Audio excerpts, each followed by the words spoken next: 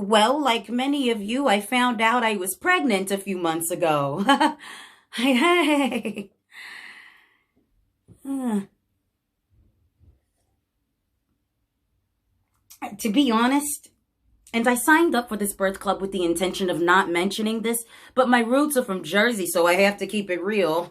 So I can't say I was happy when I first found out. Like when my girls from Jersey first found out they were pregnant, they were like the rest of you saying, yay, and I'm so excited to be a mom. You know, they're the type who planned out their dream weddings in college and bought cute baby clothes, stitched with baseball bats and ballet slippers for each other's baby showers. I showed up to their showers with American Express gift cards saying, where's the open bar?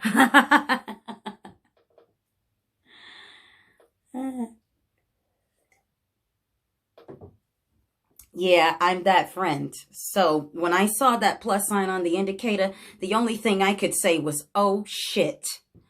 Sorry, shucks. Oh shucks. The point is, I know I should have been more excited. I'm 35, a year away from getting my PhD, living in very affordable Cincinnati, married to a wonderful man. But honestly, I've never changed a diaper. I've never wiped a baby's butt. I've never even babysat anybody's baby before. In fact, my cousins would leave their babies with my little sister because they thought I was forgetful, a bit irresponsible. When I'd visit Jersey and my girls forced me to hold their babies, I did it to make them happy. But as soon as that little thing started crying, no, no, no, baby goes straight back to its mom. On top of that, there's a pandemic. A few of you have kids, and you're on your second or your third.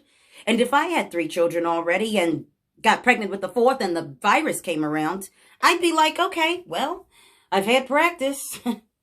I've raised 3 perfect kids. I got this. But y'all have to understand, this is my first child. Anyway, what brings me here today is my doctor's visit last week. My husband has to wait in the car, and I have to walk down this long hallway connecting the parking garage to the women's center by myself.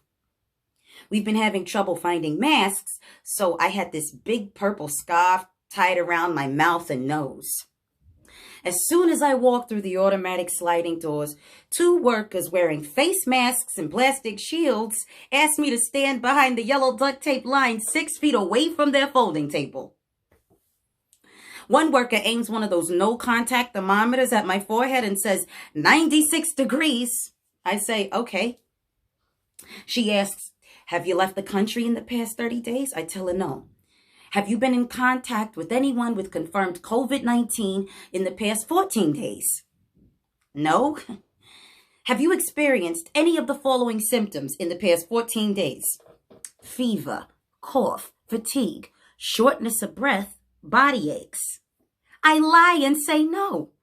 Because what was I supposed to do? Tell her the truth? I mean, hello, I'm pregnant. Of course I've had fatigue and shortness of breath and body aches. Anyway, in the waiting room, they've got blue tape at 6 feet markers for the check-in line. A girl comes in behind me, and instead of standing on the next strip of blue tape, she has the nerve to stand next to me on my strip of blue tape. It took all the kindness I've learned out here in Ohio not to go off on her BUTT. They check me in, and there's other expectant mothers sitting far from each other. Magazines open in their laps, masks covering their faces, giving me that look like you better not sit next to me. So, I find a corner and I sit. I brought a book, but I didn't really feel like reading. I felt alone. My husband's in the car. My mother's back in Jersey. My girls aren't here. When the nurse calls my name, I jump up and follow her down a long maze of hallways. Everyone's got those face masks and plastic shields, and I can't even tell if they're smiling, you know? After she takes my weight and vitals, she leads me to the examination room. Finally, the doctor comes in, rolling the ultrasound machine. She lathers my belly with jelly, and surprisingly, it's warm. She rolls the wand over my belly, the whole time asking, how am I feeling? How am I doing? If I have any questions. And then we see the little thing inside me on the screen. Its head shaped like a jelly bean. I asked something dumb like, oh, there's something in there? And she laughs. And even though I can't see her mouth, I know she's smiling.